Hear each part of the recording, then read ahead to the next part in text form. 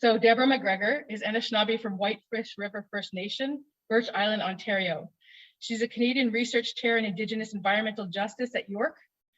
She is an expert in the application of Indigenous intellectual and legal traditions in addressing significant challenges of our time and in Indigenous research and methodologies to ensure research is ethical and benefits Indigenous communities.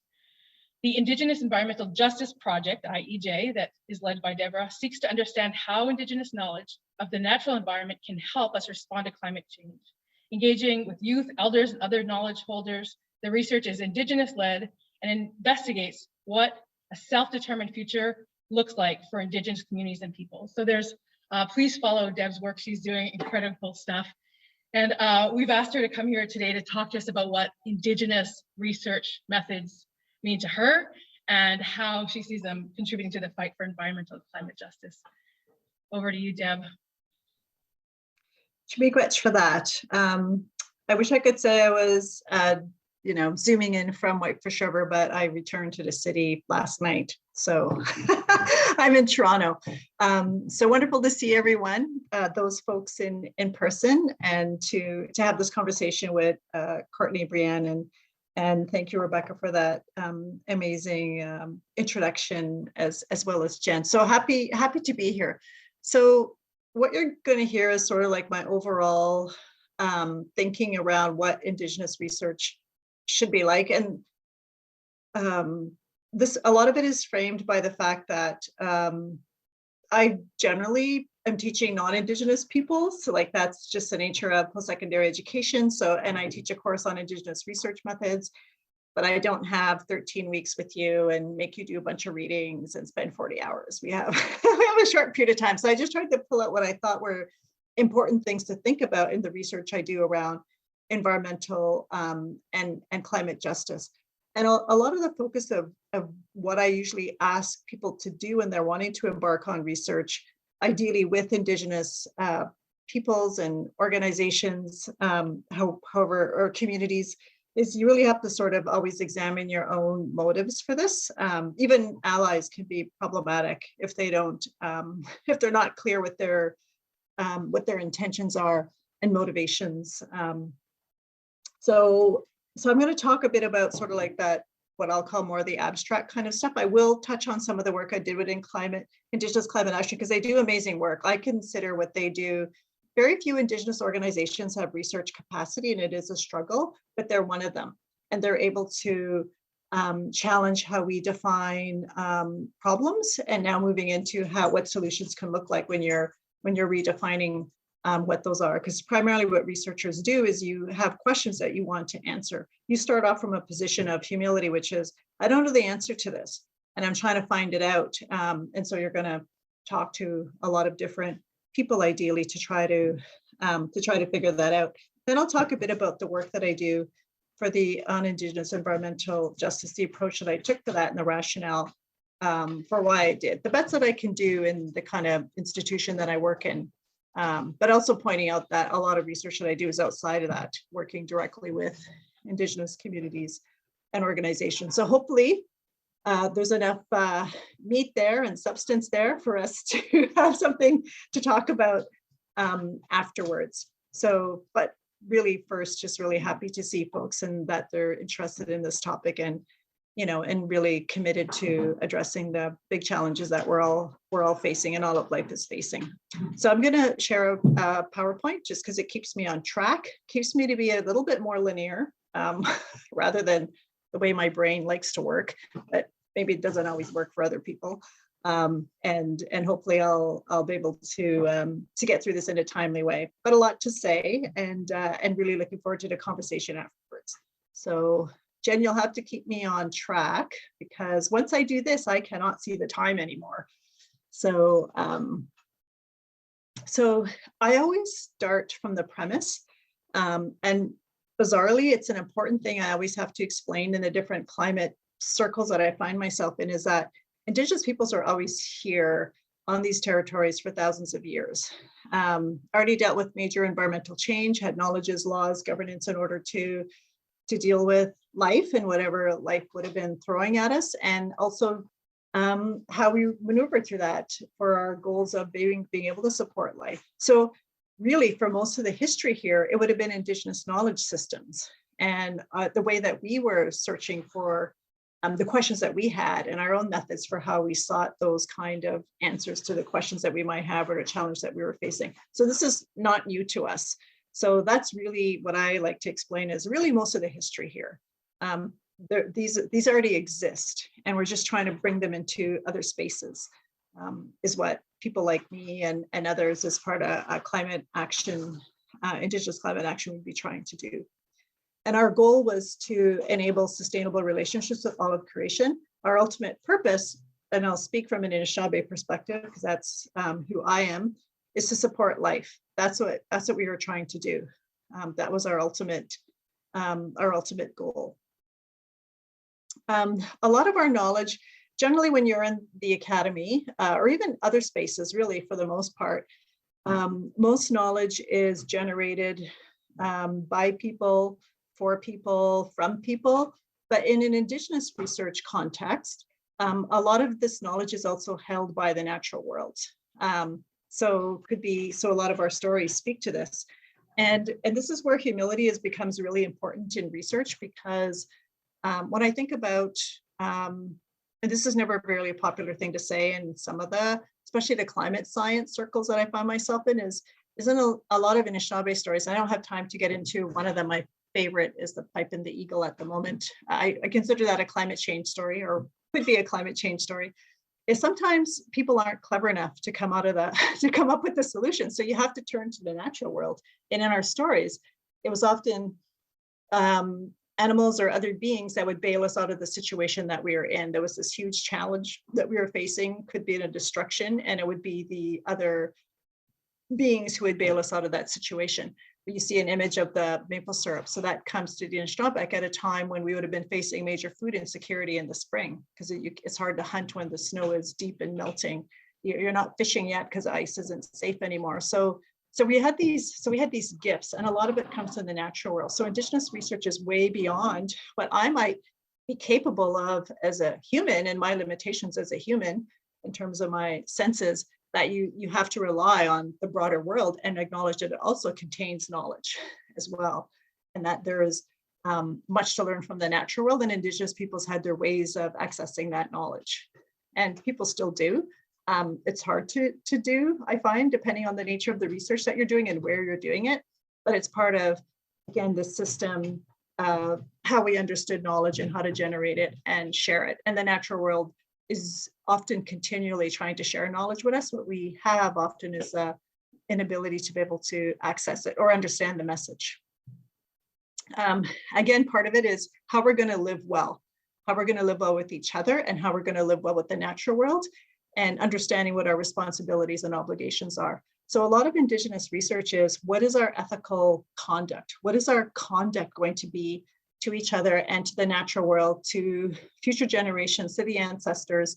So we're not, it's not just like a consent letter, like a lot of us are probably familiar with as being part of universities. It's also understanding our broader responsibilities in order to be able to support life.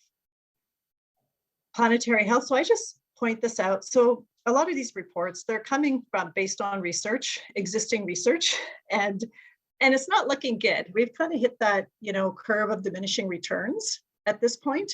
And a lot of it, in my view, has to do with the fact, and having been involved in some of the IPCC processes, is that we don't have the existing body of knowledge and in the peer-reviewed world, the scholarship that's generated, generally through universities and other kind of institutions, to lead us to a place of not hitting that curve and ending up on the other side of it. So this is where Indigenous knowledge and Indigenous leadership becomes really important. So the planet is not in good shape, a large part because of human conduct, and we're struggling with trying to generate solutions because of how we're asking the questions, who's asking the questions, and what knowledge we're relying on to try to answer them. So as Jan and Rebecca pointed out in their remarks, colonialism is a reality in Canada. So many of us are probably aware. the Pope is in the country, like trying to, I guess, to try to sum up in a sentence so we're not taking too much time on this, is trying to reconcile relationship and this history of colonialism with Indigenous peoples. But you have to recognize that in research. Again, I find myself in so many circles where people don't understand what colonialism has to do with climate change. What does this have to do with anything? Why are we talking about this? How do you do research accounting for colonialism? But it's a fact of life for Indigenous peoples who are often considered to be the most vulnerable and have faced the highest risks in relation to climate change. So again, murdered, missing, and Indigenous women and girls. So a lot of research went into these and came out with these recommendations and findings that point to racism, colonialism, systemic, institutional, and they're still here. So it's not like you can't account for it. It's still very much part of lived reality for Indigenous people, part of the institutions systemically that exist in the country. So it has to be accounted for and acknowledged in research. In my own work, I try to focus on voices that we often don't hear. I have the luxury of being in, or the privilege of being in a university, so I get access to spaces to have a voice that other people do not. So in my research, I try to work with folks so that they can have a voice and try to amplify that voice, because I can't, I can only give my perspective on my experience. I can't speak for other people. So offering people that opportunity to be able to do that is really important in the research that I do, whether I agree with them or not. Like, that's not the issue. The issue, because that's come up, the issue is people need to have a platform for a voice. And I try to do that through the environmental justice website, through speaker series, through other kind of processes.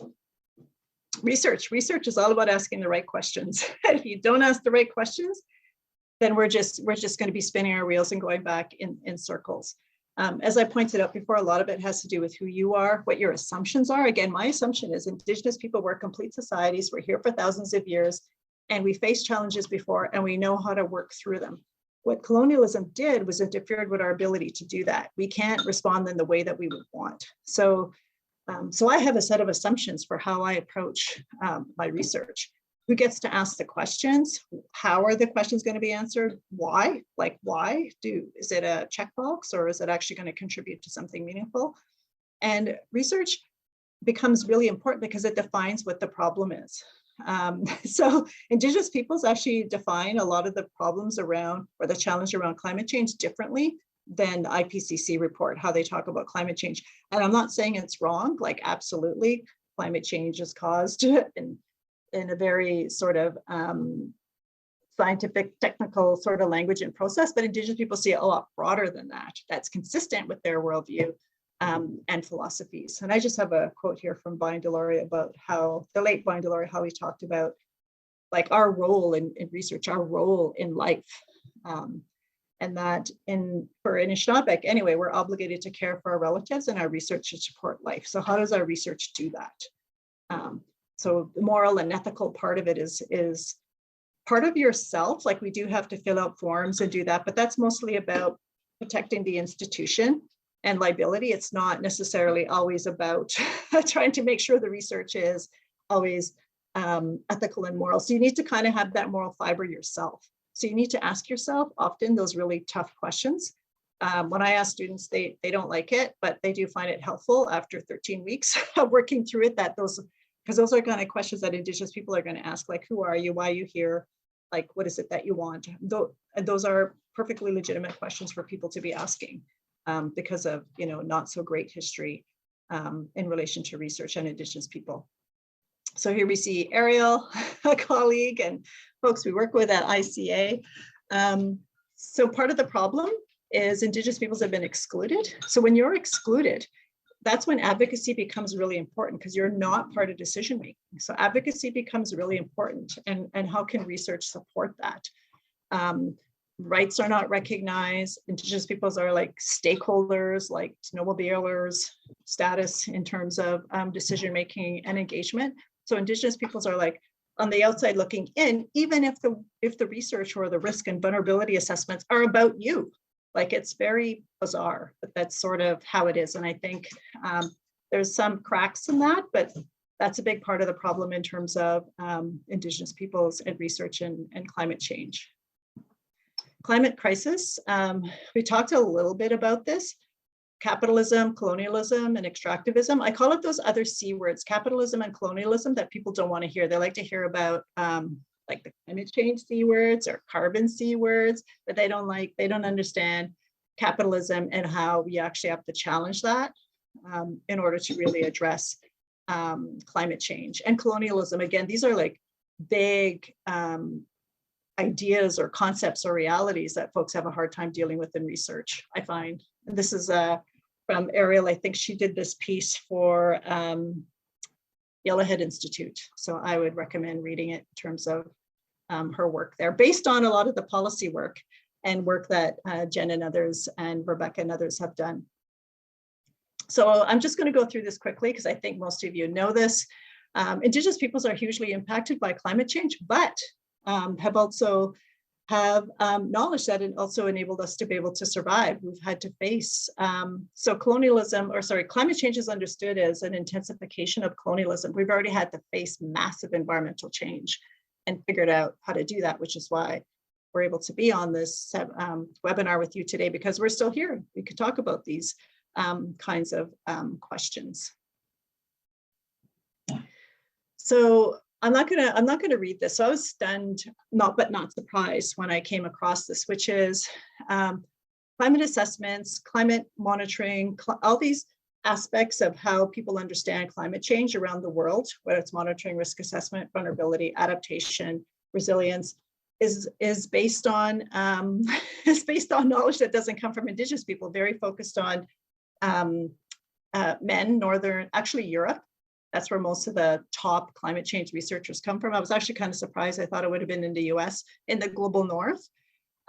Very few women and very few people of color, and none were identified as Indigenous. So these are the folks who are deciding what's going to be studied, how we're going to study it, what kind of knowledge is going to be generated, and what's going to be funded. And they found in this work too that almost 800% more research is funded in the technical and scientific aspects of climate change research as opposed to the social science and humanities. So arts and other ways of how we would understand what the problem is. So there's a huge, enormous bias. So we're trying to deal with this bias in the work that we do. Indigenous climate leadership. So again, asking the questions that reflect the lived reality and priorities of communities. How I did this in the research project that I did, and it was really strange, the kind of questions that I got from the university and ethics and funding was, I didn't start off with I kind of had to have questions based on work that I do in Indigenous communities, but I started off with a symposium and brought in primarily community people, youth, elders, and others to talk about how they understood, actually for Indigenous environmental justice and climate justice, what they understood to be, for lack of a better word, what the problem was, without saying this is the problem, and what we needed to do to move forward. And that set my direction for the rest of the research program that I had. So I didn't start off with knowing what that was. I just kind of knew the people who would know. You bring them and they have a chance to discuss that. The other approach that I took to this was trying to share knowledge at the same time it's being generated. So you'll find videos from that symposium on the environmental justice website, which I hadn't done before. And the reason for that was I didn't want it to be research that was, we're going to do this research and 5 years down the road, write a book nobody's going to read or can afford. And then maybe it influences something way down the road. I wanted to be able to produce knowledge in different forms of it in different ways that people could use right away, whether they were students or activists or whoever. Like we do presentations with public libraries, public schools. And so our reach was very broad for people who we thought were going to make a difference. So that was sort of a principle that I had, one of transparency, people know what I'm doing. And secondly, that I'm trying to share it at the same time it's being generated. Because even if I publish in a peer-reviewed article, it doesn't mean people have access to it because of paywalls. So you want to make sure knowledge is in some kind of form and not always generated by me, but generated by the people who are contributing to the project. So Indigenous climate knowledge. So I believe there's Indigenous climate knowledge. It's just not recognized or understood as that, but it's there.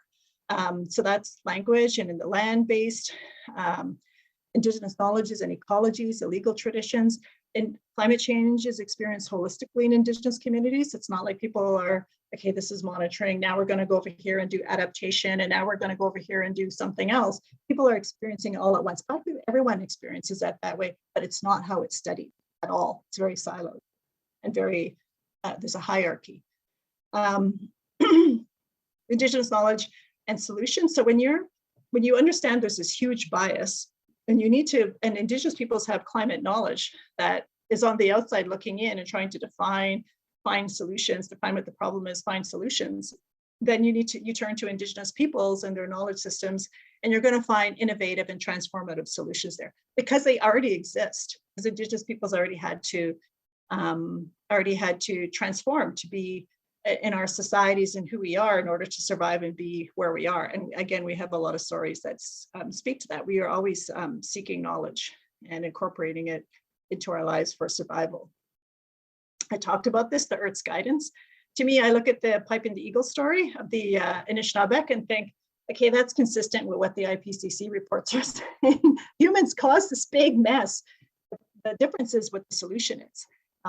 Even though I think a lot of these big disaster reports, I call them, are seeking transformation, they're not quite sure how to get there in terms of this work. Being able to listen to the land is a big part of it. What is the earth telling us? Again, at the beginning, I talked about there's knowledge within the earth itself. And the ability to be able to understand what the earth is telling us about what's going on is really important. And that's a big part of Indigenous research, climate methodologies, if you want to put it that way.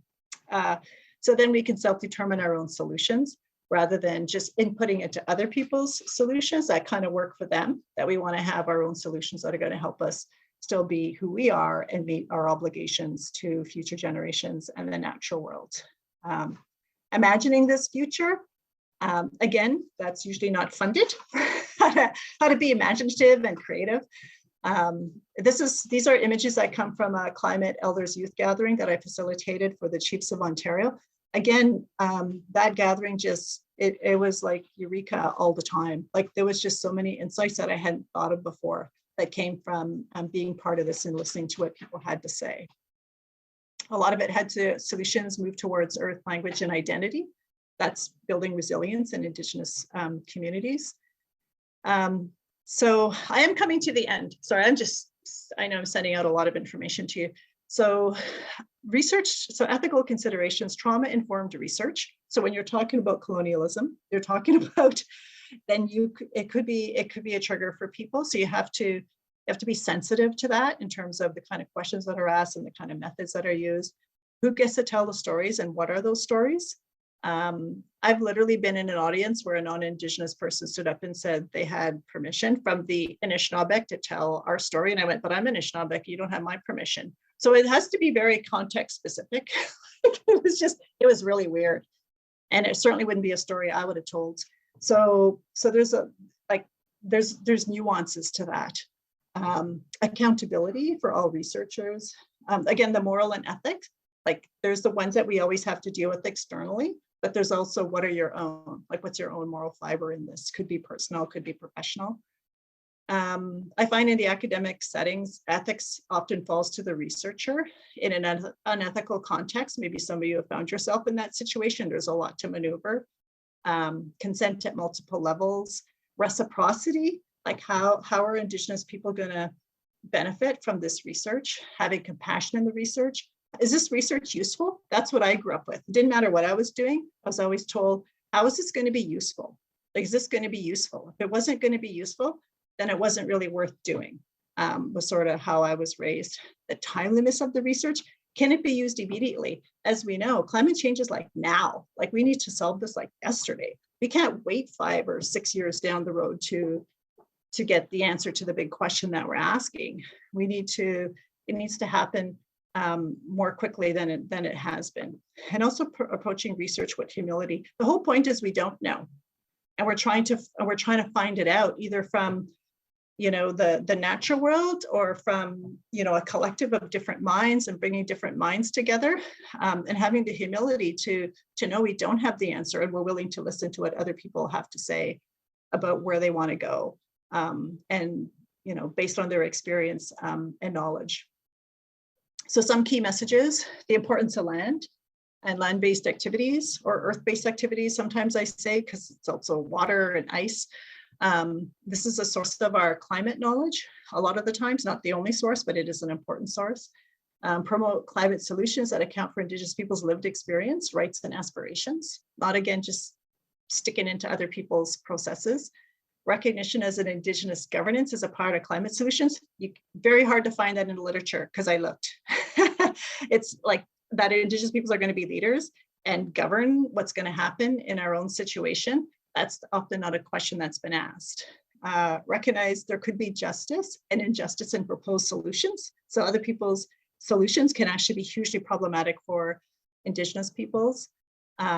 And recognizing climate change as a continuation of environmental change. There's a lot of research contexts where they don't like that. Like, that's environmental change, that's different than climate change, but that's not how actually people experience it. So I'm just going to end off with this Indigenous protocol that was developed on Manitoulin Island. My sister helped lead this, and they used the 7 original teachings, or grandmother or grandfather teachings, as the framework for the ethics that they asked people. So if you wanted to do research there, you have to do your university-based research ethics or your organizational ethics, and then you have to be able to do the one developed by the communities there. And the one that always jumps out at me is the one on love, where you have to demonstrate, and elders are part of the committee that looks at the research ethics, that your research will show love for future generations. So that's a question you have to ask yourself in this research. How will your work benefit future generations? What kind of ancestor are you going to be? So those aren't questions that nobody fills out on the research ethics forms, but you have to fill them out there. And these were developed by the elders in the area, and that's a picture of my 2-year-old niece helping in the sugar bush. So I'm going to end here. Because climate change is so huge, and it can be so abstract, I think, in people's minds. Like, we hear about it and people can just put it away, and it's abstract and it's over there, and not really kind of realize it's like in our face, like every day. And what's my role? What can I do? And this is part of a story that was Isaac Day shared at a conference, and he just said, we're all part of this huge story of the earth unfolding. We're all part of the story of the earth, and we can decide who we're going to be in this sacred story.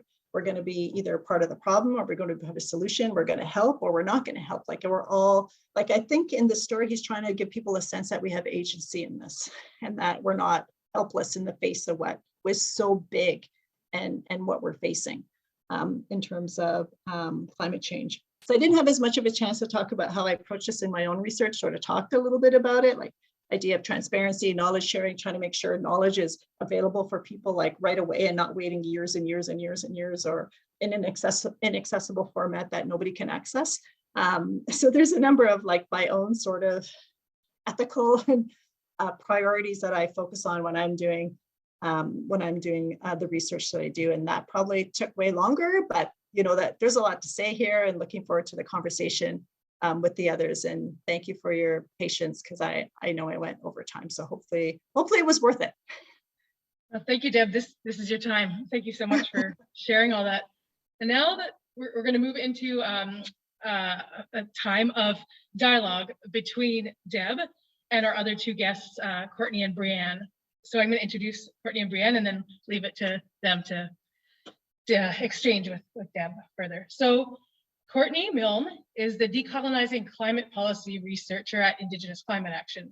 She's of mixed Anishinaabe, Ganagahaga, and Scottish heritage from Niashiniming Anishinaabe Nation and the Ganawage Mohawk Territory.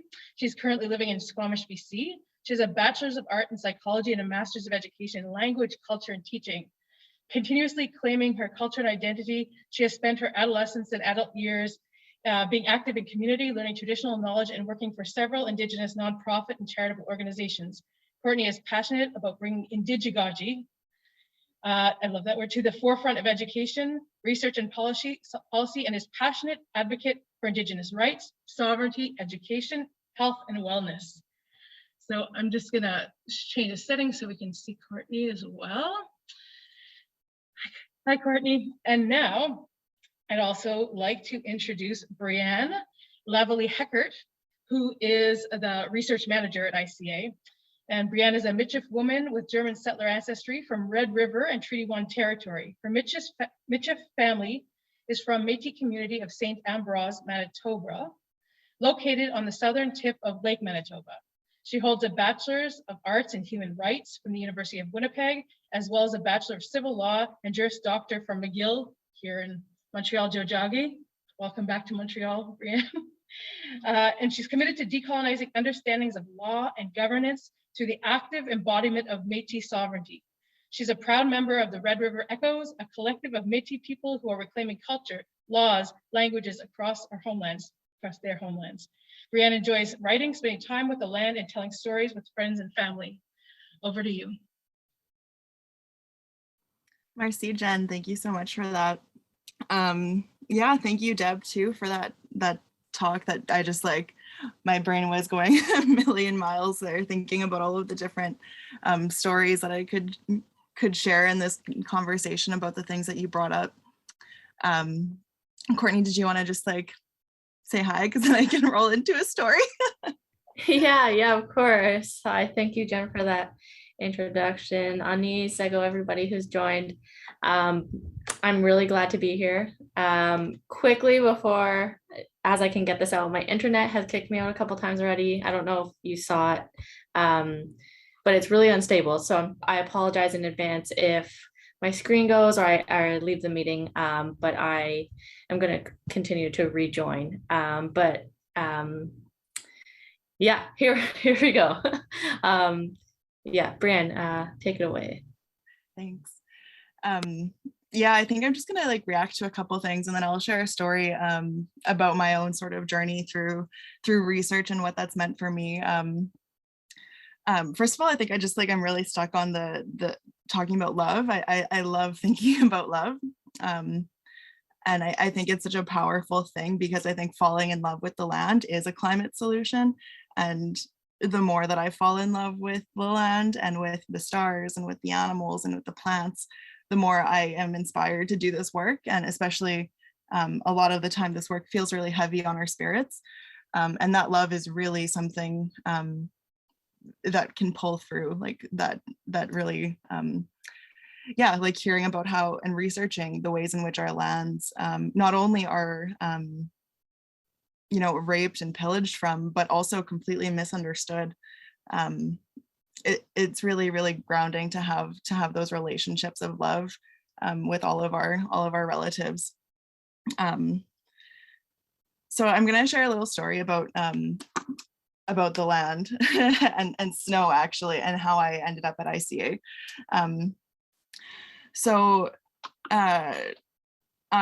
Before I came to ICA, I tried to do an LLM, so that's a Master's of Law at McGill.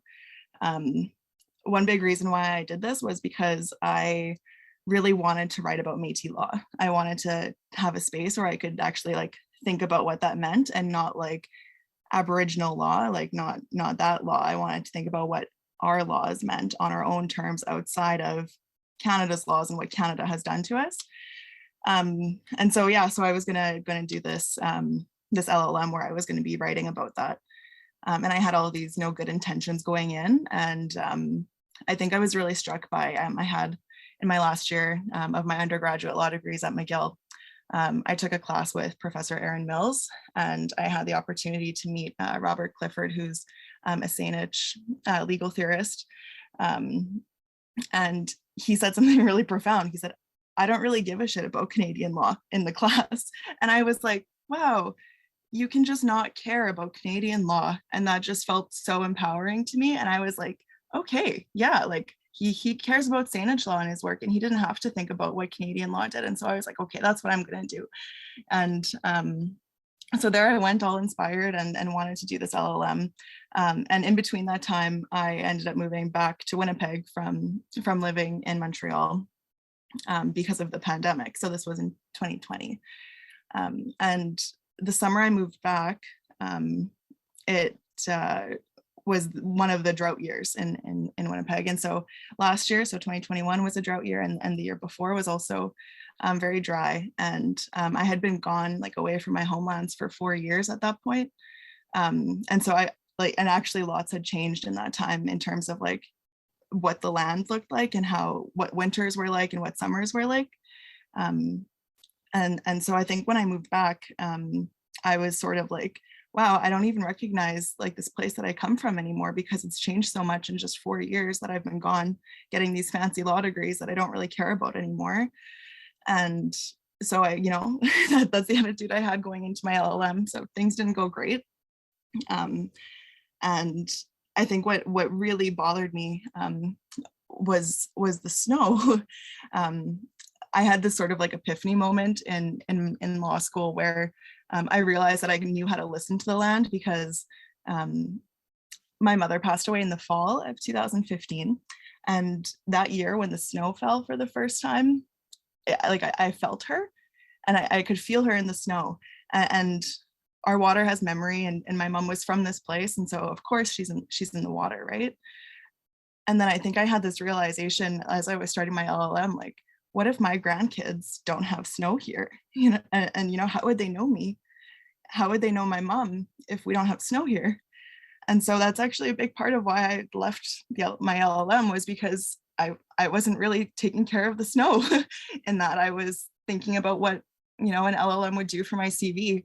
And so I think that sort of like really embodying the research it kind of just happens when you're working with Indigenous research methodologies. It really demands so much of you, and especially as Indigenous peoples, because these are obligations that we carry, not just as the people that we are now, but we carry the obligations that our ancestors had prayed for us to carry, and that we have responsibilities to those future generations to make sure that they know what it's like to play in snow if they live in Treaty 1, and all those things that are you don't really think about when you're working in the academy, or and especially in a law school. No one really cared about what I thought about snow. It didn't really have anything to do with law, but for me that had everything to do with law.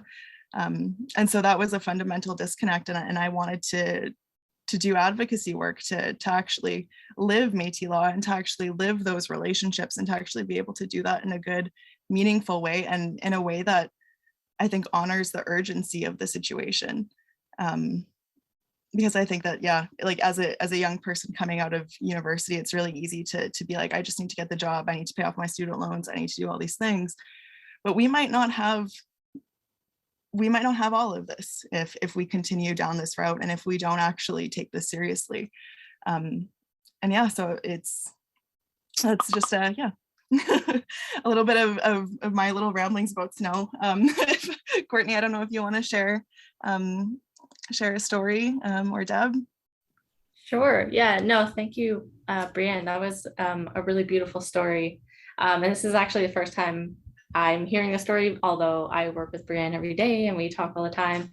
So miigwech and y'all for sharing that story. That's really beautiful. And I really love the point that you're making about, like the water has memory. And that is something actually that it's funny that you bring this up, because it's something that has just hit me again, but in a very profound way, very small.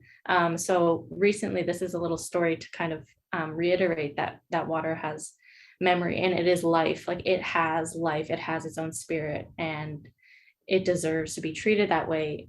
Recently, I was just doing my everyday tasks around the house, and I happened to fill up a bowl of water. It's very hot in BC right now. We're going through a big heat dome, so it's super hot, and I have water everywhere for my pets. So I was filling up a bowl of water, and I happened to put my hand underneath so I could support it.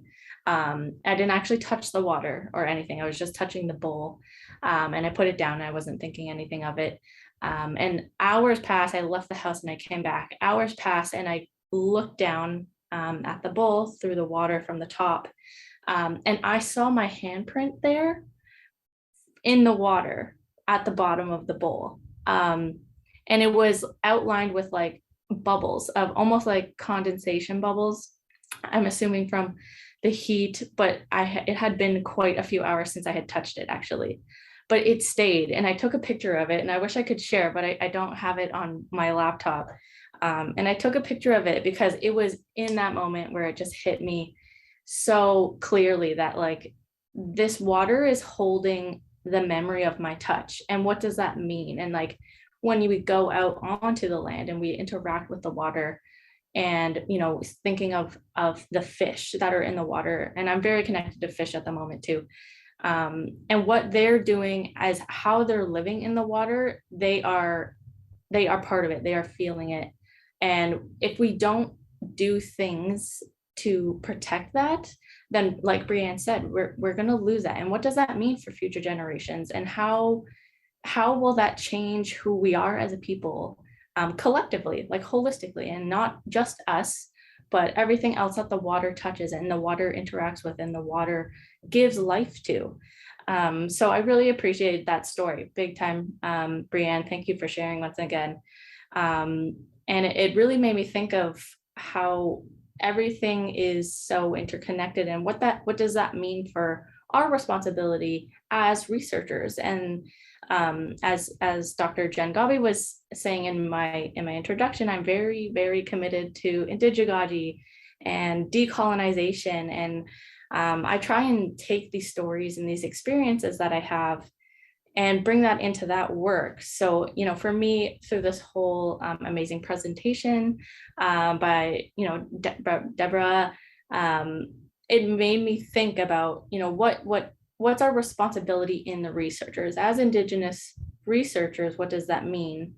And for me, it's about the searching, and how is that reflected in the natural world? Everything that's living is always searching for something, and they're searching for something for a reason. There's a reason to communicate, to live, to survive, to feed off each other, to benefit one another. It's a reciprocal relationship. And how can we bring that into our research in order to protect that? And the idea of fish and water and that interaction. And as Indigenous people and Indigenous searchers, this is something that has evolved for generations. This is intergenerational knowledge that we need to carry forward. So like Deborah was saying, to be a good ancestor and to leave that for the next 7 generations.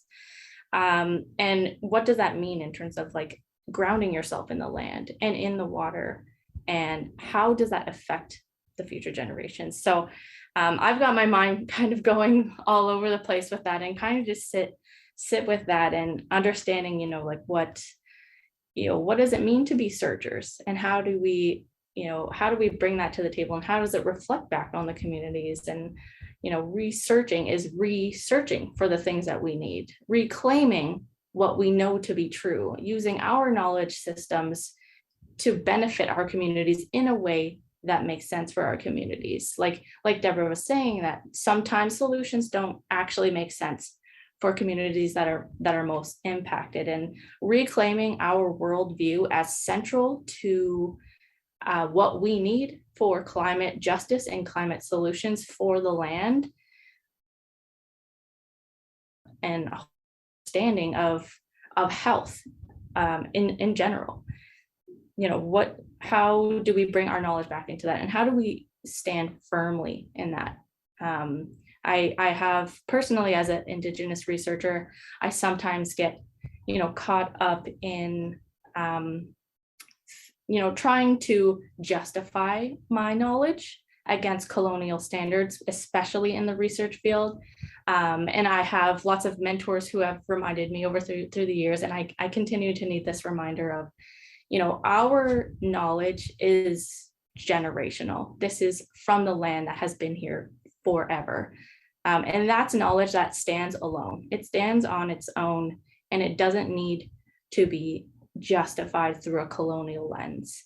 And when we take that approach in research, I think it's beautiful because it brings the focus back to our unique worldviews and our unique understanding of holism, and how we how we know and how we come to be, and how that brings us to the future, and how we can, think about the next 7 generations. But yeah, so I'm kind of rambling along on this, but I really appreciate all of the information and knowledge that's been shared, and the stories been beautiful. And I'm definitely going to keep bringing this forward in my work. So miigwech to Deborah and Brianne and Jen, Rebecca, and everybody here. Miigwech for listening to my little snippet. I don't know if Deb, you want to jump in, or anybody else has something to say. I actually have one point to add on, Courtney, on to what you were talking about there. I think I also just want to talk a little bit about how Courtney and I work together, and what that looks like in terms of what it looks like for 2 young Indigenous women to be working together on research.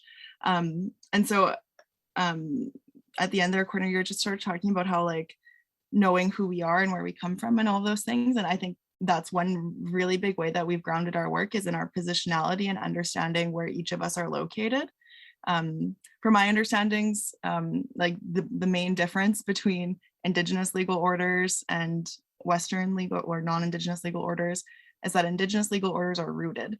And so they're rooted into a place and to people and to animals, to specific spaces, and it's rooted in that place.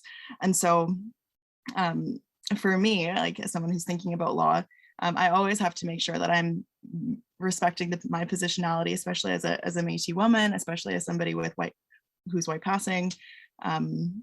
Those are all things that need to be considered as we're doing this work. Especially right now, the work that we're doing is about the amplification of voices, and so amplifying the voices of Indigenous communities across so-called Canada. And so making sure that we're being good relatives to those folks is also a big part of the research, is that we always talk about our relational accountability, and what that looks like. And so how it changes the way that we research, actually, I guess just in my experience so far, working with Courtney with ICA has been very different than any other research project I've ever worked on at all, where, I don't even think we've really ever talked about what our thesis is, because we have these, we know that it's land back and that colonialism caused climate change. We know these stories, and we're just trying to tell new stories. And I think that's one thing that's exciting about the research is that it's storytelling, and it's searching for stories, and it's combining stories and learning from stories and falling in love with stories, and all of those different ways that we engage with research in that way. But yeah, Deb, I would love to hear some of your thoughts as well. Regrets for that. Yeah, pretty awesome, actually. So glad to hear your words. I was just taking some notes as you were chatting, and also one of the questions in the Q&A was, what did I learn from this gathering? And just both Courtney and Brianne talked about it, is the elders really focused on the importance of connection to the earth through different ways, through knowledge, through language revitalization. And so I learned there that language revitalization was climate action. And you don't generally see that in climate change research. And so so that was really important. And for the youth, it was being able to reconnect to the land, and why that was really important. So that's what they were really focused on.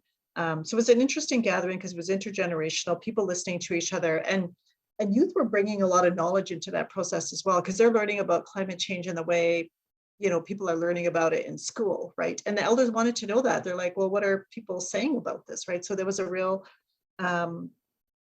sharing of knowledge there.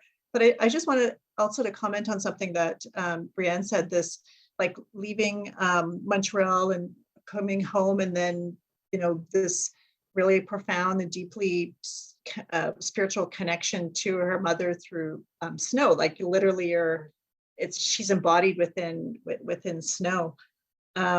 Is that I've been in different, again, climate circles where people, so this is what I hear in the Indigenous world: connect to the land, being really important. And then I'm in these other places where nature is the enemy, wildfires, floods, and I'm totally blown away by that, because it's like the enemy that we have to like manage and control, and it's doing all these devastating things to people. And that is like really weird for me to hear in that kind of context. So there's these competing narratives about what this relationship is like and why there needs to still be Indigenous voice. Because the reason we have like those exist is because of what people are doing. And there was a young woman, brilliant woman, you can find her. There was a 5-minute video that came from this gathering. Her name was Jade Willoughby from Northern Ontario. And she talked about all these disasters, all these things that are happening. She understood climate change to be Mother Earth is trying to tell us what's going on. That's what that is. That's like knowledge being generated from the earth. That flood, those fires, that's knowledge coming from the earth about what are you doing? Now look what's happening. Stop that, right? So it was like really completely profound, different way of understanding that. But that's not understood in a lot of these other spaces around health and climate change. And that I find a lot of I find my stomach tightening and I'm kind of cringing, and I'm like, separating yourself further from the earth is not a good thing. And looking at the earth and nature as being the enemy is kind of what caused this whole situation kind of in the first place. So what Brianne and Courtney shared is like super important in terms of getting that a different perspective there, a different narrative of how we understand what's going on. And in that gathering too, they talked about love for the earth. How are we showing love for future generation? How are we showing love for the earth? What does that look like?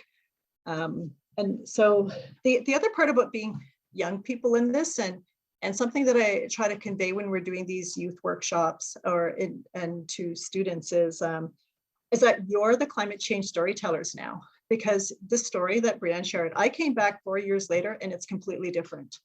Like that's a climate change story. You can now, like it's happening so fast that in your lifetime or throughout a degree, things have changed. So you're now a climate change story. And a lot of those stories are like embodied. It's what you're seeing, what you're feeling, what you're like what your senses and then beyond typically what we think is being the senses. So that's what I try to tell you, like you're the climate change storytellers now.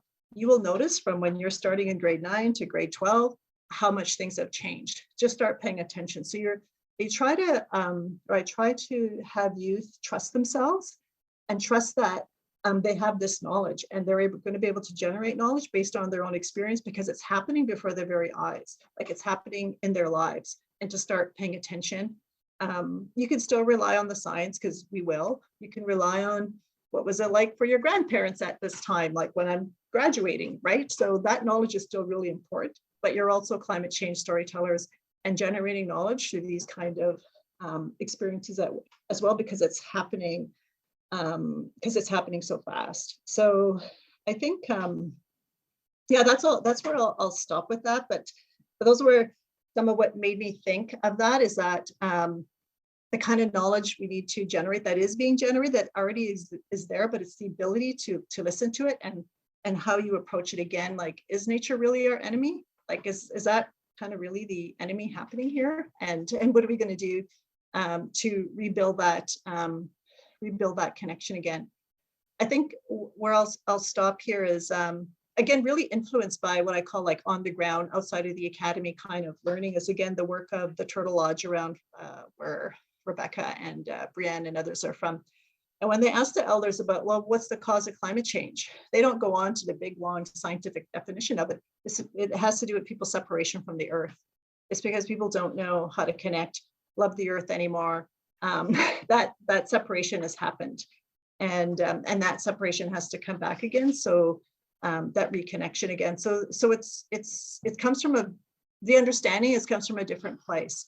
And I think people need to hear it. They need to hear that a lot of what's happening is not the enemy. It's actually kind of caused by humans not knowing how to conduct themselves properly in relation to the earth. And that's what happens. And the earth's trying to tell us a story.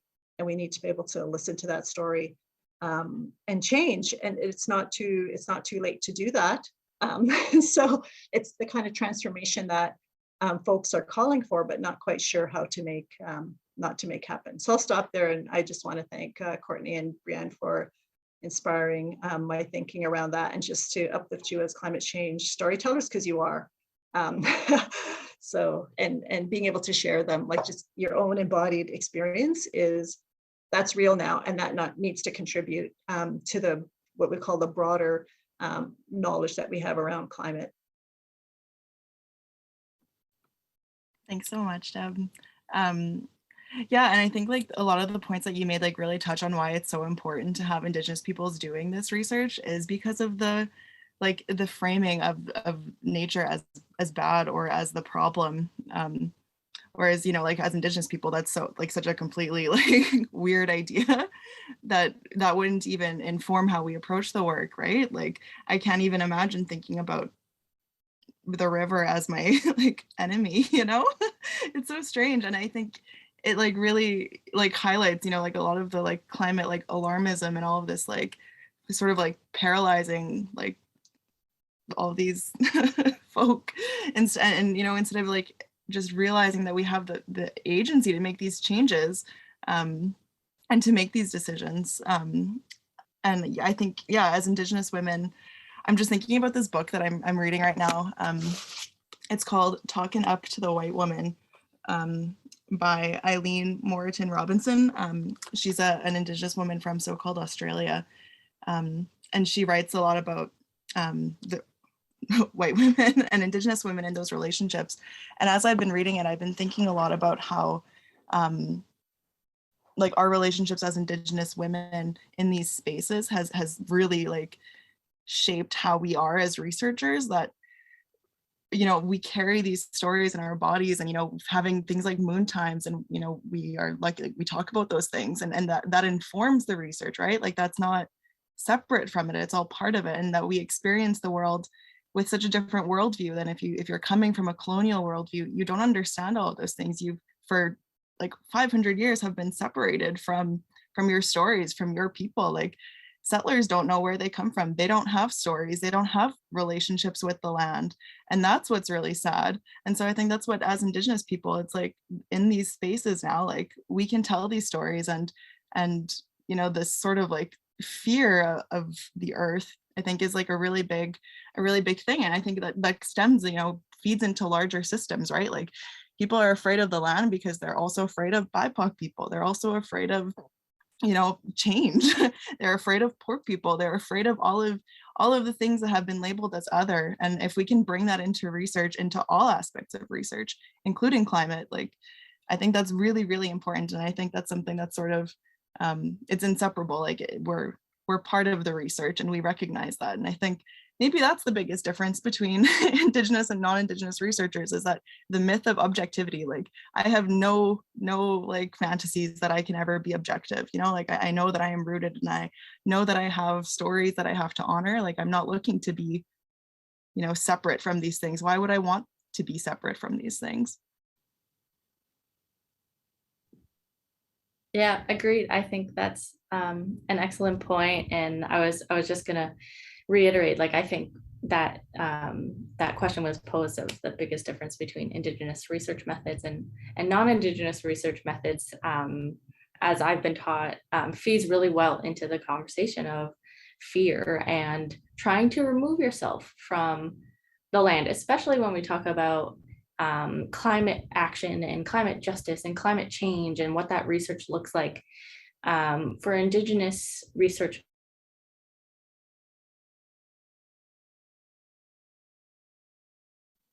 Oh no, I'm working. as a people. Am I freezing?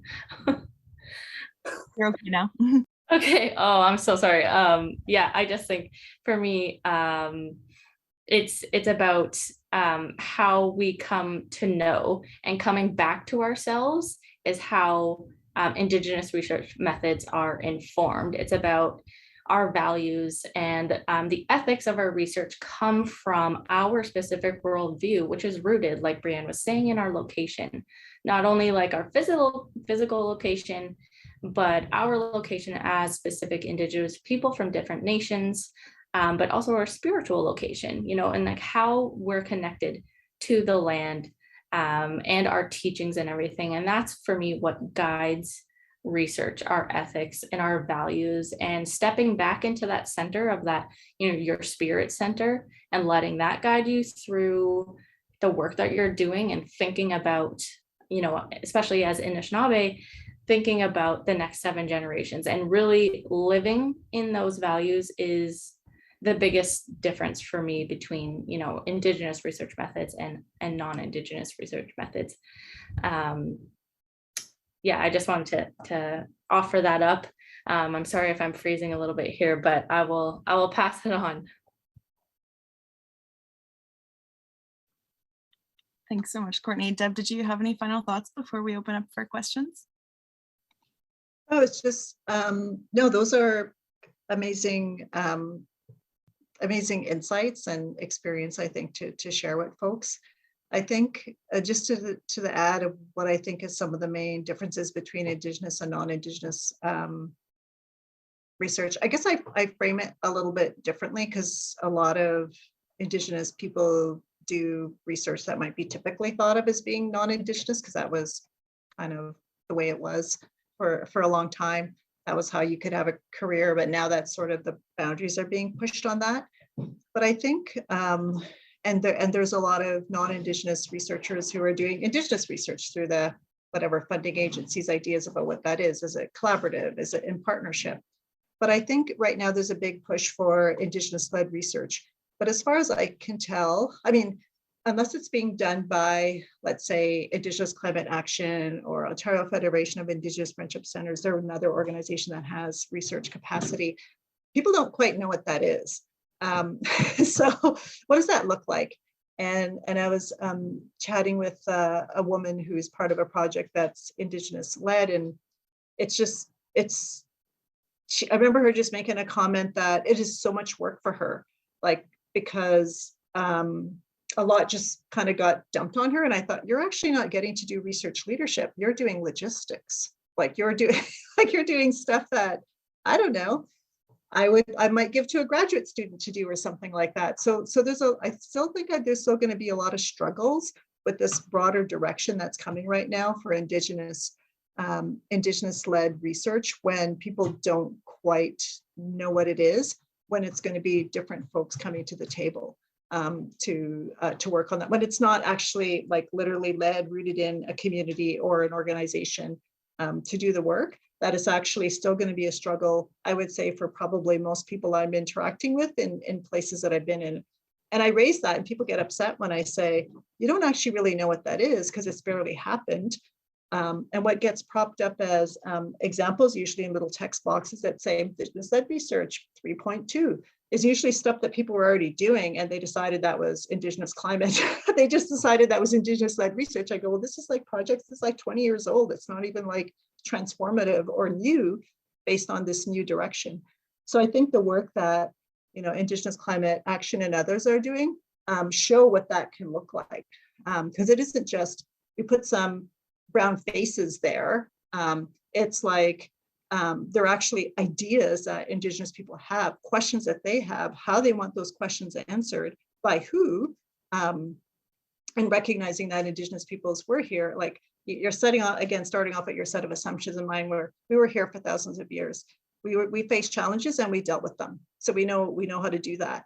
And so how does that find a place within these larger narratives, so that we can, we can't do all the work, but we can at least try to have an influence in terms of what this transformation that's being called for, and that people in these larger institutions at every level are still struggling with, which is why every time, one of the disaster report comes out, it's like looking worse and worse and worse.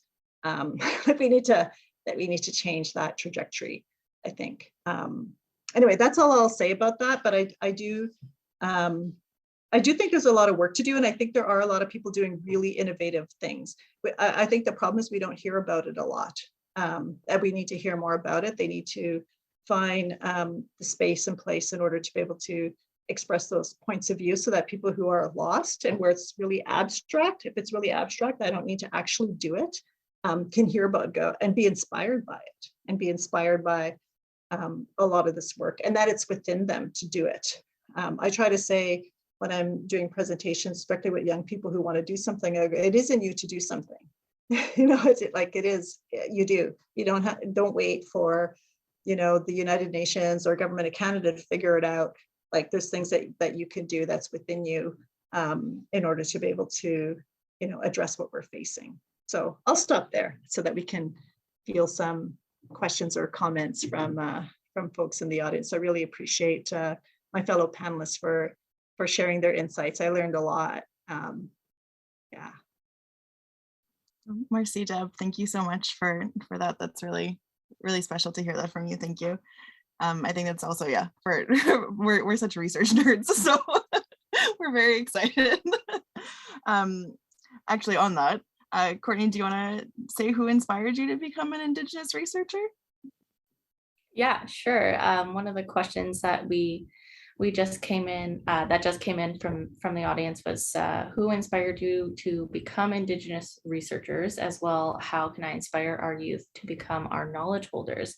I like that question. I think personally, I have kind of just led myself to this journey as where I am right now, to be in this moment through my own searching of who I am.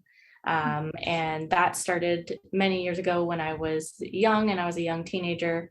I was on a journey to find out more about my family, who I am, and what that means as my position in the world. And all of that knowledge and gathering and experience and you know, making relationships with people through the years has led me to become an Indigenous researcher. And honestly, inherently, I think, and what I've been told in my, you know, in my search is all Indigenous people are Indigenous researchers. We have been searching for generations. That is how that's how we operate. And that's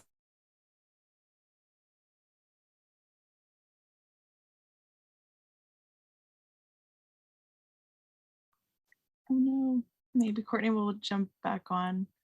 I can quickly answer that question. I think it's all of the non-Indigenous researchers who did research about Indigenous people that inspired me to do this work, because wow, there's a lot of not good stuff out there about our people, especially as a Métis person. Métis history is not very well understood, especially in the East, well, actually outside of the Métis homeland. In eastern parts and western parts of so-called Canada, there's not really a strong understanding of who Métis people are, and there's a lot of misconceptions about who we are. And so I've read a lot of bad takes by non-Indigenous researchers, and that really pushed me to do the work, especially once I was in academic spaces. If I was there and those other folks were there, then I should be the one saying the things instead. And so I think that was yeah, for me, a big thing was realizing that my people were never not smart or never not carrying our stories. It was just the way that other people wrote about us. Yeah, so that for me was a big thing. I'll see if Courtney or Deb, I would actually love to hear from you, who inspired you to be a researcher. It's a great question, because I actually don't think I've ever been asked that. I think for me, it just kind of happened. Like there was a need and people would ask me to kind of do things and then I had to figure it out. So sometimes it was really stressful. So to me, it would sort of be a collective of people. Because really most of, again, those aha moments for me come from when I'm working outside the academy, actually. So for example, people like the late Josephine Mondaman or Robin Green, I remember learning from them, like to think in a different way, like to totally think in a completely different way and approach your questions in a different way. And it was these ideas around sustainability. So I did my master's around the time of the Brundtland Report and Earth Summit. And the big thing was sustainable development, which basically means how do you keep taking from the earth for future, just so they can keep taking from the earth. And And I remember the late Robin Greene saying, Anishinaabe thinks so differently than that. Like, we don't get up in the morning and think about what we can take sustainably from the earth. Like, what could we keep taking? We get up every day and think about what our gift is going to be. What's our gift going to be so the earth can flourish? And so I learned that people who think in the language think about what I think is a question completely differently. And so it's more like a collective of people who reoriented my thinking around, including my parents who fluent speakers who think in the language. And then I realized that the way I was being trained, because I went through the master's and PhD when there was very little Indigenous research. Linda Smith's book was just coming out when I was finishing. I didn't know how to name the problems that I was seeing. It was just, everything was just a battle. So in some ways it's similar to Brianna, was sort of like a reaction to, okay, that's kind of making me sick and I'm not going to do that. Like, I want to do something that's not going to, like, that someone's not going to call my parents and say I embarrassed the whole Anishinaabe nation or something. So as sort of, so these kind of obligations, I guess, that I felt, and then what I was learning from people about how to think about knowledge and how to think about it in really different ways. I mean, I'm never perfect at it. I continue to learn from that, but I do find it, that's where a lot of, so those people, I see them as being knowledge holders, and they're continually inspiring me. Like, there's no way I can possibly know as much as they know, because one, I'm not fluent, so I miss a lot.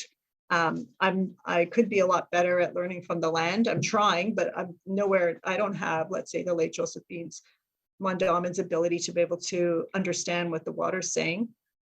So I understand my limitations, because I've been exposed to people who knew so much, but were so humble, who said, I just know a little bit, but I was just like always awestruck by whatever they were sharing. So it's more like a collective of people who I consider to be people who were so knowledgeable, because they could draw on so much other knowledge from the natural world and from the spirit world and from the ancestors, that I lack the ability to do, and a questionnaire is never going to be able to do it, right? Interviews are like, those processes are not going to be able to generate that knowledge.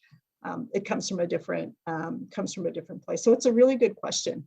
Glad it was asked, because I never thought about that. So I feel a little bit on the spot, and then maybe I recovered enough to share some kind of insight there, but good question. I think I'll maybe answer the last little bit of that question of like how to inspire the youth. So there is a bit of that question that was, how can we inspire the youth in this. So I think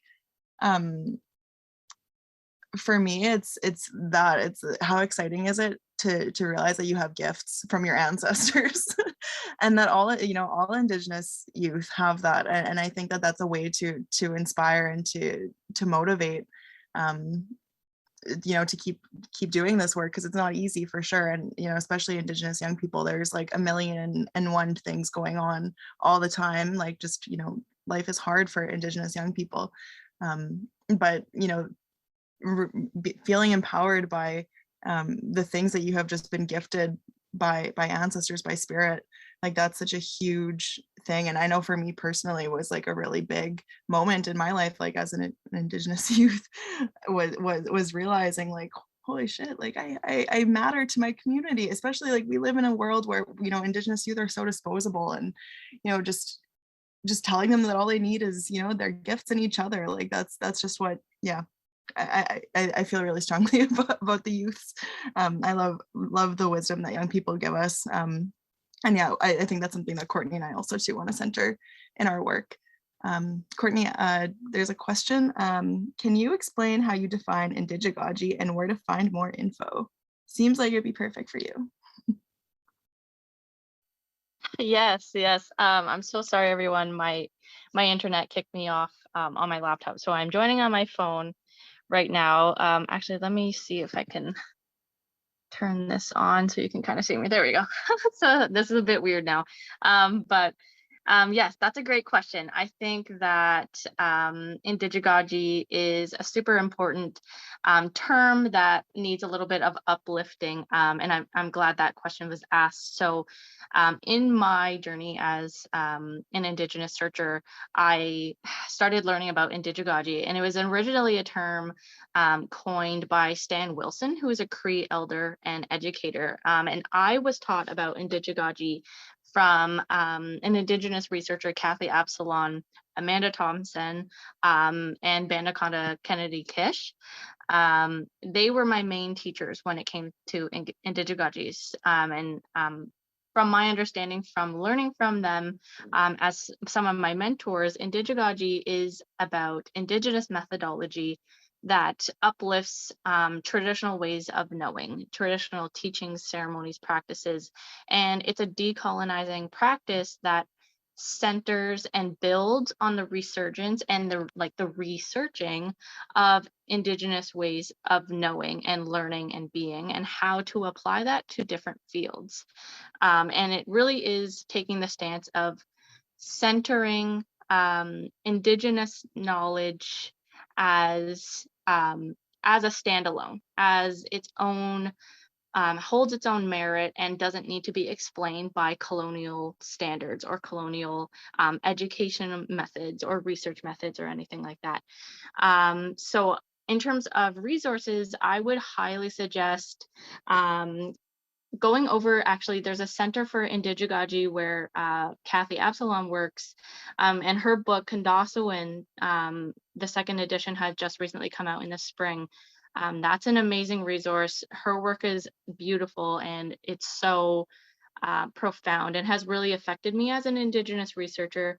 But like I said, the Center for Indigegogy over at Wilfrid Laurier University, which is in Ontario, they are doing amazing work through the center that touches on indigegogy in a number of different aspects through decolonizing your work in your personal workplace, decolonizing social work, decolonizing research methods, and centering indigegogy and what that means.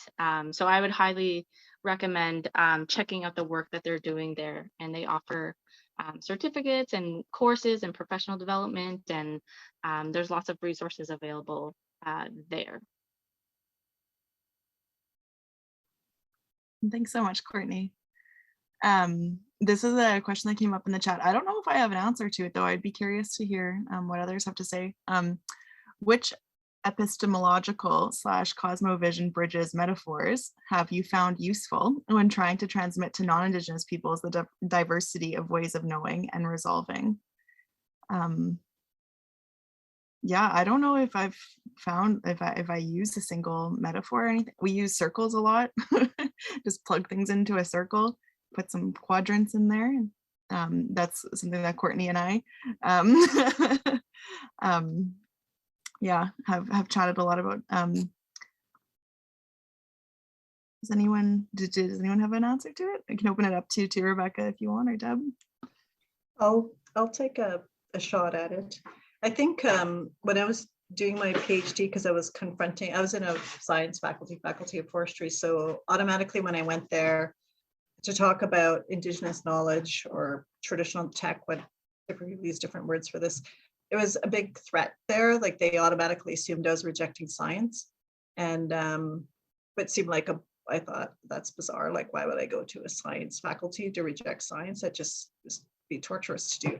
So it was very so I had to try to find research, like a research way that was going to try to explain how because Indigenous communities people in communities are pretty good at using science and Indigenous knowledge. They're already doing it.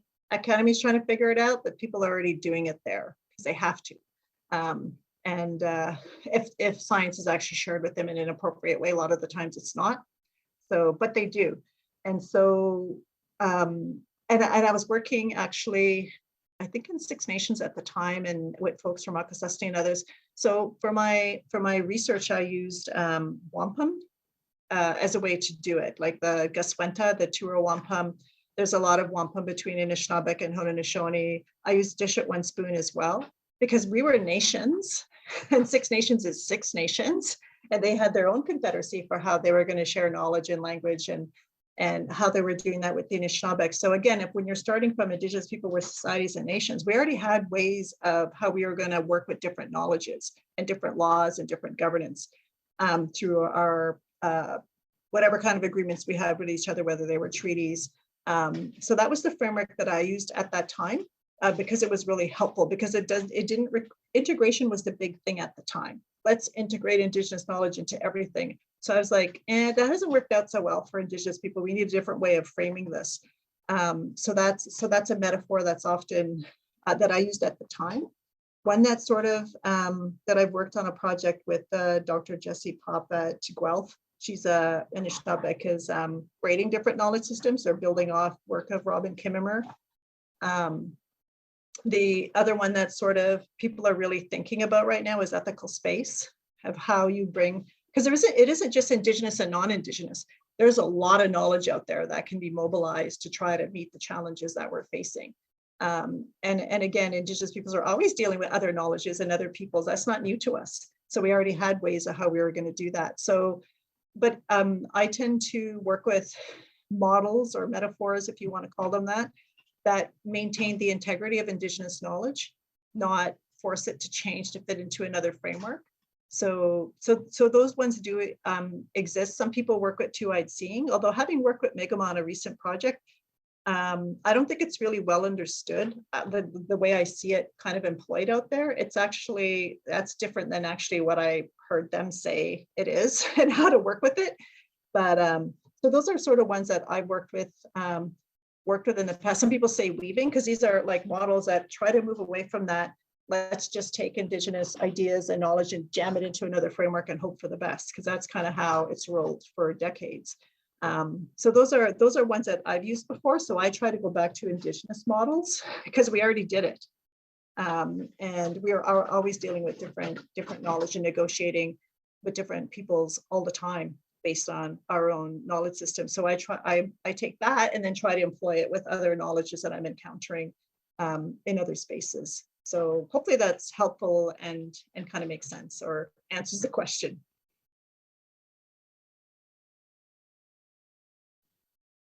Thanks, Deb. And yeah, I'll just remind folks online, feel free to send in questions into the Q&A. And Jen, I don't know, do we want to open up the floor in the room for questions if there is any? Sure, we can ask. Is there anyone in the room here in Montreal, Jojage, who'd like to ask a question? Yeah, come closer.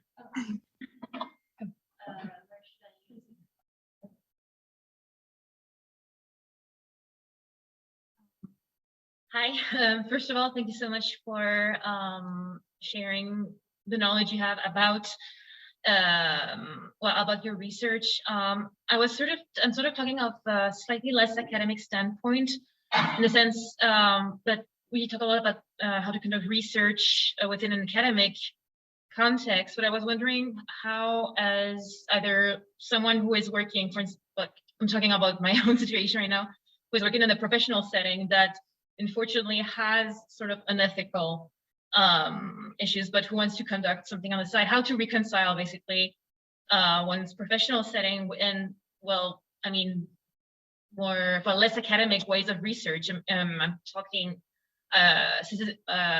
for instance, participating in the citizen science projects, or basically just like, basically just wondering how could one sort of reconcile the ethics of their situation as someone who is not in academia and who is working in a sort of unethical industry, and well, and is trying to get out, but and to reconcile that with the wish to lead their own research, but without having access to these resources to start with.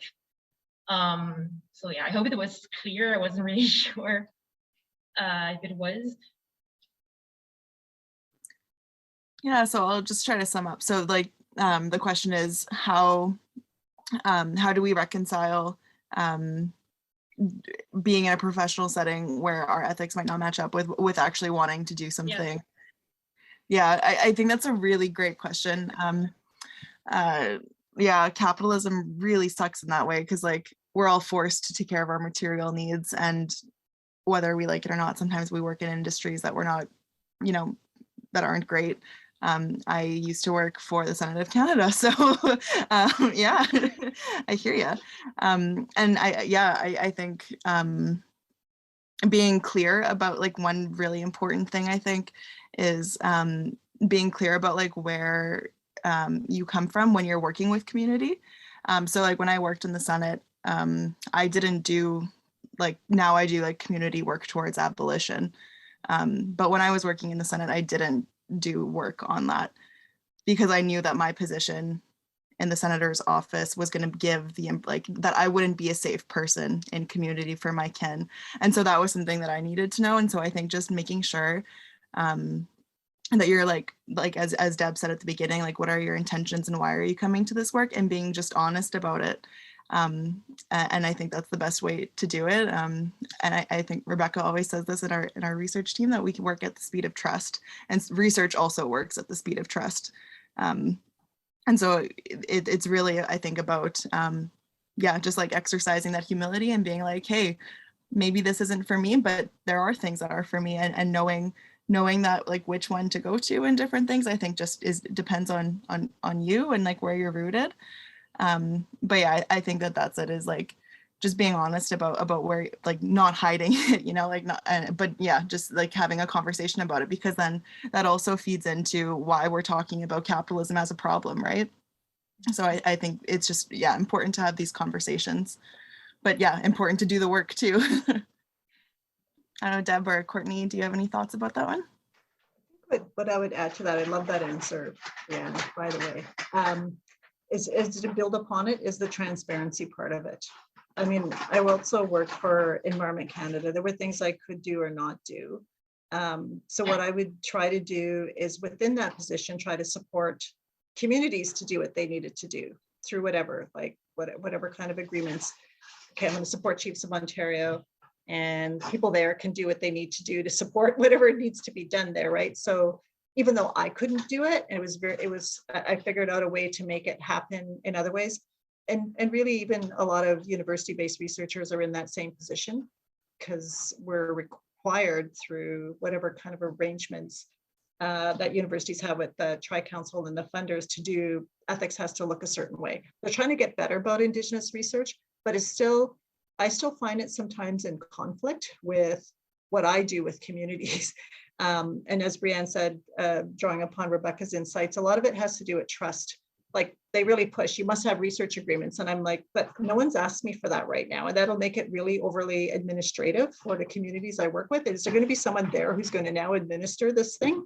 Like, is that what someone wants to do? Or they just want me to do my thing because they trust me? Right. So it doesn't account for that. It doesn't account for trust. There's no way of measuring ethically what trust looks like.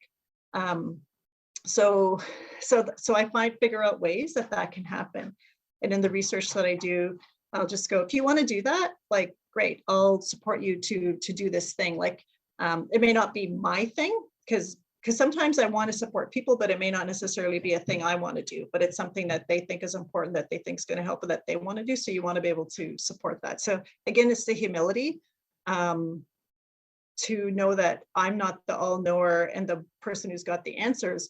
Somebody else needs to do work, and they need to be supported to be able to do that. So that's how I try to approach that situation. But sometimes we are in this space of being asked, like we're trying to be ethical in this space that's not terribly ethical, and you're trying to negotiate and navigate that.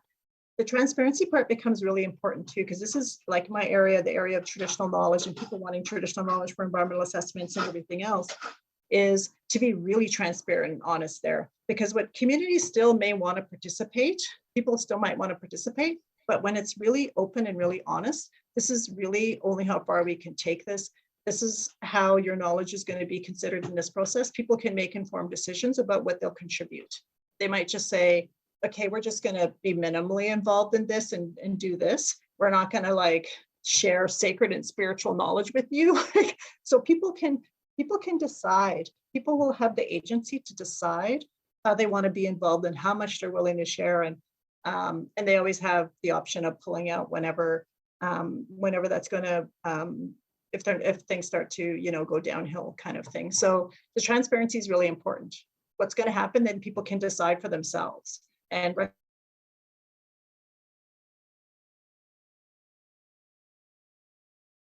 so I always say people are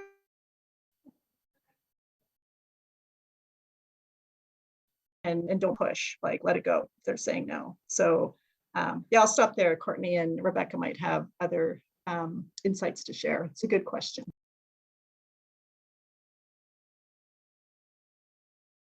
Not any greater than what you guys have already shared. I think like being critical of the systems that are in place that push you to the status quo are always going to be important, and like how we amplify youth voices and how we support Indigenous research going forward is really critically examining the status quo in which you are operating under, and like finding ways and mechanisms to challenge that, I think are super important. And the more minds that like that's the point of this whole webinar too, right? Is to expand minds, change and mind shift, and really challenge folks to look at the systems in which they're working with and challenge that, because at the end of the day, we're all here for planetary health. We're all here for the health and well-being of Mother Earth, whether we see that in a different way or ways of knowing. That's ultimately why we're all here. So.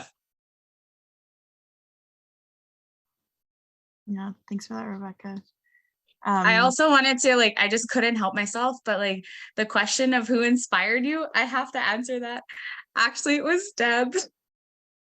I was in university and sorely frustrated with all of the research and everything that was coming at me.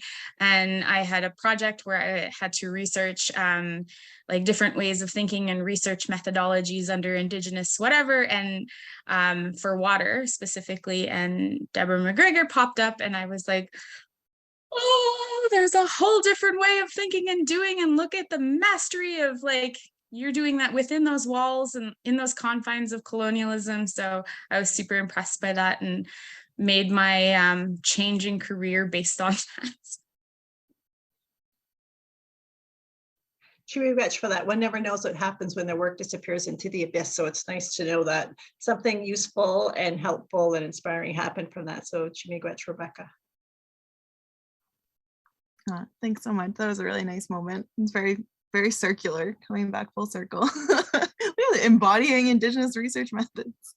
All right, I think we're at the, I think 7:10. Do we want to give 5 more minutes for questions?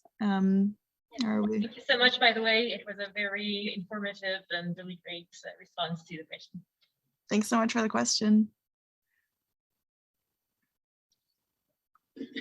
Yeah, we can do a little final round, maybe, if anyone has any last thoughts, any of the speakers have any last things to share before we close up the Zoom.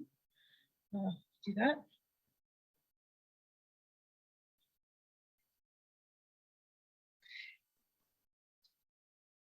Anyone have any parting thoughts? I'm just trying to formulate mine. I feel like it's been a really, really rich conversation. It is. It's kind of tricky. We'll turn it to Courtney because she got booted out and now she's back. So we don't know when it's going to happen again. So we should just let it. Yeah, thank you, Deb. Yeah, I don't want to take up too much space because even on my phone it's kind of going in and out. So I just want to say quickly, Chimigwech, Nalgoa, to everybody, to Deb, to Jen, to Rebecca, to Brienne, for everybody's contributions, for everybody who joined today. This was very meaningful to me as somebody who's working in this space and trying to continuously be better in this space, and I really appreciate having these relations to keep me going forward and keep my work going forward. So yeah, just a big Chimigwech and Nyalagoa to everyone. Thanks, Courtney. Yeah, I'm going to hop on after that and just say thank you, Marcy, to everybody. We're in the middle of writing our phase 2 decolonizing climate policy report, and I think it was a really good conversation to get us excited about that work again and to remember why we're doing it. So yeah, thank you all so much. I'll just Sure. add to Oh, that. sure. Oh, sorry. No, go ahead, Rebecca. I was just going to thank everyone and Rebecca and Jen for bringing everyone together. And I'm meeting two new amazing researchers and keen to learn more from them, and for people for joining this webinar and being interested in this topic. That I think is showing motivation and taking the initiative. So hopefully, you know, our paths will cross, and I'm sure they will. And yeah, I just want to thank you for coming, whatever time zone you happen to be in, to join us for this session.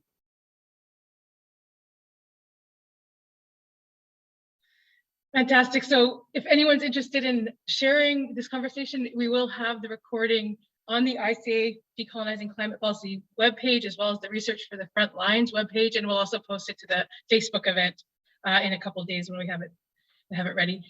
Thank you so much, everyone. Thank you, Deb, Brianne, Rebecca, and Courtney for bringing so much genius to the table and so much inspiration. And yeah, thanks for everyone for coming to Montreal and onto Zoom.